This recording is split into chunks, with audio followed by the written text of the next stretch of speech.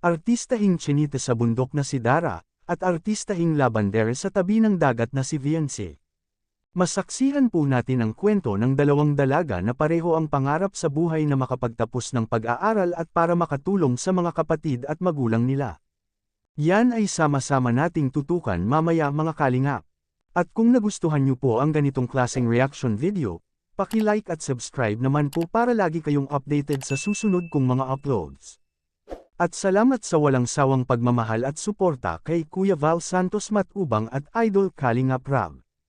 Paalala, panoorin at tapusin ang video na ito para malaman mo kung ano ang nilalaman nito bago mag-comment. Hindi na natin papatagalan pa, unahin natin si Dara. Ang Chinito na nakatira sa bundok walang ibang kasama kundi ang kanyang kapatid lang na si Bea. Ang tatay ni Dara nagtatrabaho sa Samar bilang isang chainsaw assistant. At ang nanay ni Dara ay matagal nang patay, kaya nagpupursigi si Dara makapagtapos ng pag-aaral na kahit sobrang layo ang kanilang nilalakbay araw-araw. Siya lang ang nag-aaruga sa kanyang kapatid, sa kanyang kasimplehan na dalaga at sa piling ng Team Kalingap at sa mga kamay ni Idol Rab, biglang nag-iba ang ikot ng mundo ni Dara. May bigating sponsors from USA, ngayong latest binigyan siya ng 100,000 piso para sa kanyang pag-aaral at para sa pagpapagamot at allowances sa araw-araw. Hulog ng langit ang tita from USA, ika nga ni Idol Rab, parang inana niya si tita from USA, dahil sa simula pa lang, noon at ngayon hindi iniiwan si Dara sa kanyang tita from USA. Ang 100,000. Yan. Hello po, Tita from USA. Sobrang thank you po kasi po may binigay naman po kayong panibagong tulong. Sobrang maraming yun na pong binibigay sa aming blessing.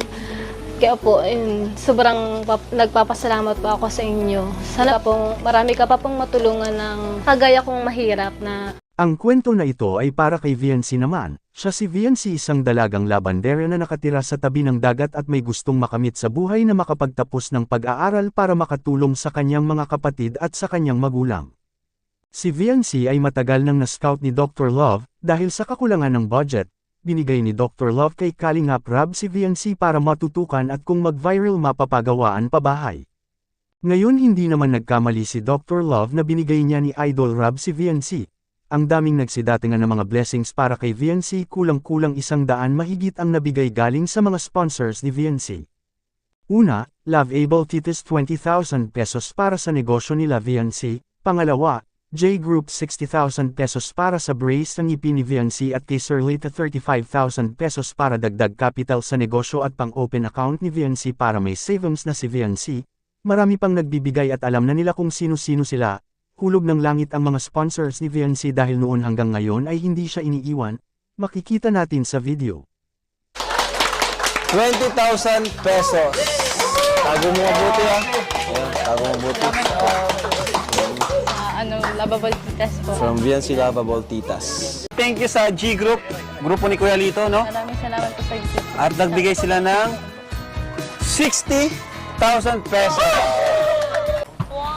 Alright? So meron tayo ditong 35,000 pesos. This is from Kuya Lito.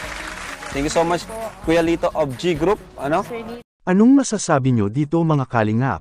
Ito ay isang reaction video lamang kaya pwede po tayo mag-comment sa ibaba mga kalingap sa comment section. At lagi ko rin itong babalik-balikan na lagi po nating suportahan si Idol Kalingap Rab sa kanyang mga vlog, dahil dito kinukuha ang mga gastusin, tulad ng pabahay, mga allowances sa mga beneficiaries at mga sahod sa ating mga K-boys. Hanggang dito lang po muna ang Kalingap Reacts TV official update ngayong araw mga kalingap.